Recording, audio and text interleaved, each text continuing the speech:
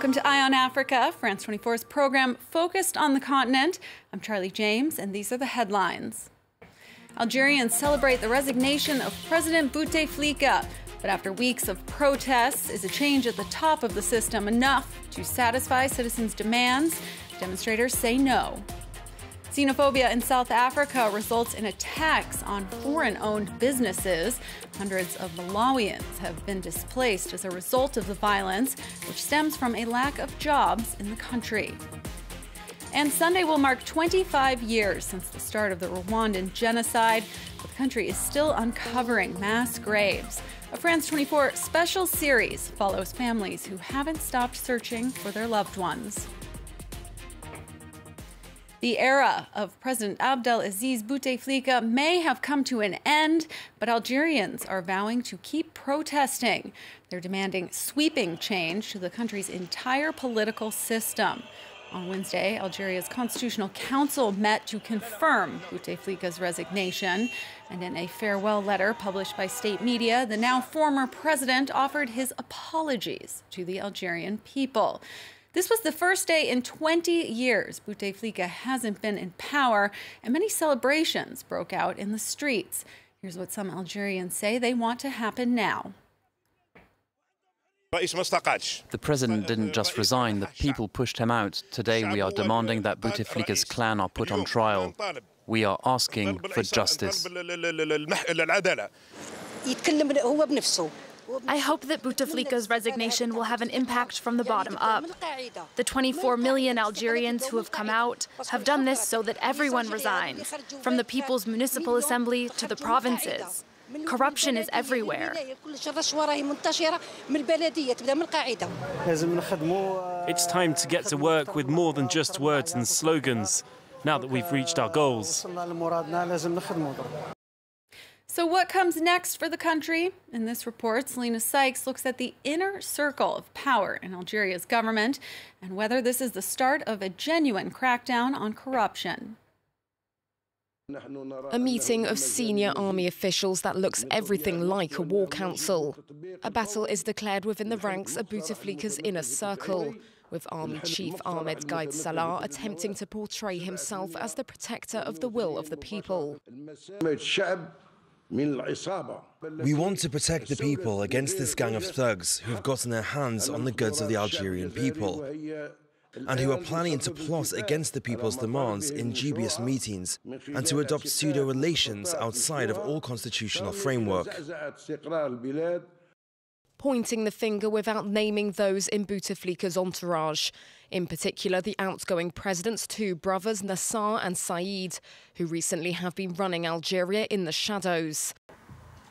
Some of the country's richest oligarchs who have gained increasing influence over the years have also been targeted. But many protesters are questioning the apparent crackdown, regarded as a distraction, while many in the system that had propped up Bouteflika for so long continue to hold on to power. A game of chess as seen in this cartoon from the El Watan newspaper. The main piece may have fallen, but the others still continue to play.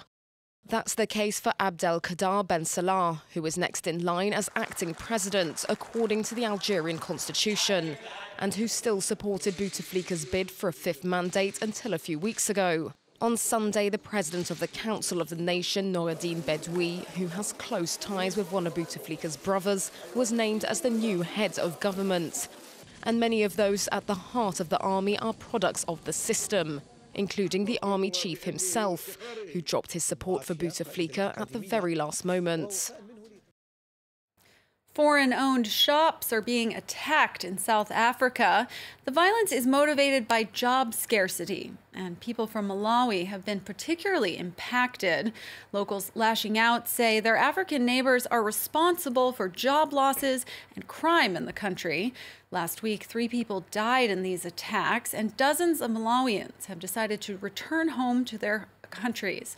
Nicholas Germain brings us the story. A shutdown protest by residents in Johannesburg's Alexandra township. Demonstrators demanded better government services ahead of the national election on May the 8th. In a country where the unemployment rate is 27%, they also targeted foreigners. Down with foreigners. We want our jobs. We vote, but nothing is happening for us. We're fighting for our township, and we want the president to come here so we can talk to him face to face. There are a lot of things happening here. Jobs are going to foreigners, not locals. Last week, 3 people were killed following attacks on foreign-owned shops. In this context, dozens of Malawians have decided to return home. Well, the situation was bad because they attacked us during the night. It was midnight, so he wasn't ready for anything. But luckily, most of us escaped.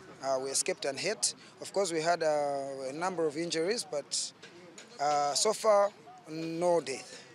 The economic conditions of many black South Africans have improved little since white minority rule ended in 1994.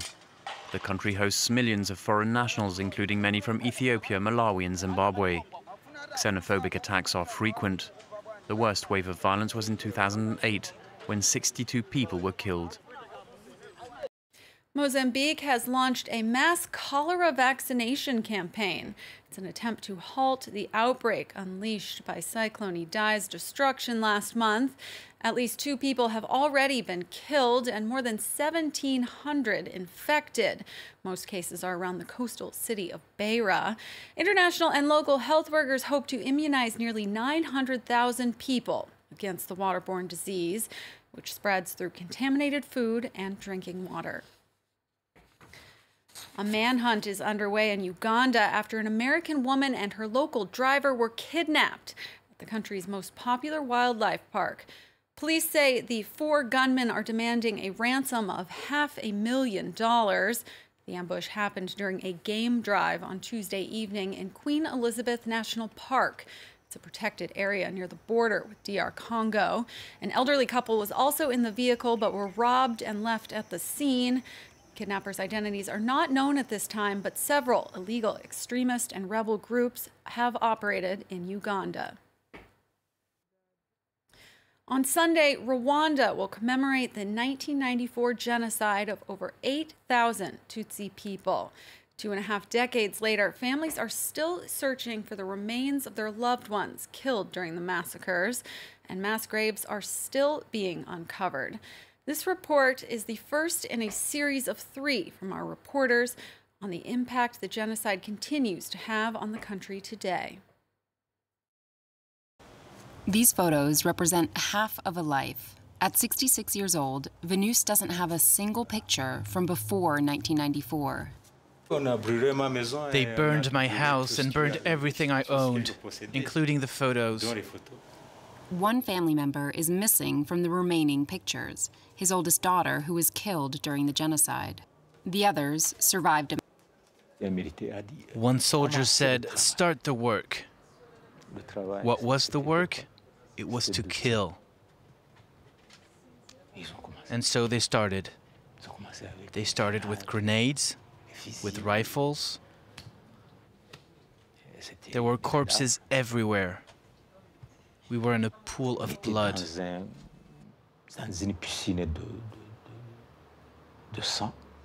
His daughter's name is not on the memorial where he goes regularly. Her body was never found. But across Rwanda, even 25 years later, the search for the missing continues. It allows the survivors to be at peace, and also those who have committed the genocide and who have information about people who have been killed and who have not been buried properly. This frees them from this burden. Innocent supervises the excavations just outside of Kigali. In the last year, his team has found 40,000 victims. There, you see, we dug and we found a pit with bodies. You see, it's inside the house. We are always looking for other people here. According to Innocent, thousands of bodies have still not been accounted for in this neighborhood alone. It's likely that the uncovering of mass graves like this one will continue for decades to come. And finally, for fishermen in northeast Nigeria, it's getting harder and harder to make a living. Buildup of silt on the banks of Lake Gerio is depleting fish stocks and many villagers' only source of income. Lake Gerio in northeast Nigeria is receding. This is because of a phenomenon called siltation. It's caused by the dumping of waste and soil erosion. Less water, fewer fish. The local fishermen are struggling to make ends meet. They earn around $200 a month, half what they used to make. We will keep doing our best, but if we get a better job, we will definitely change profession. This lady has been selling fish here for 10 years. Business is bad compared to before. There are less fish, so the little we have is costly, and there are fewer customers.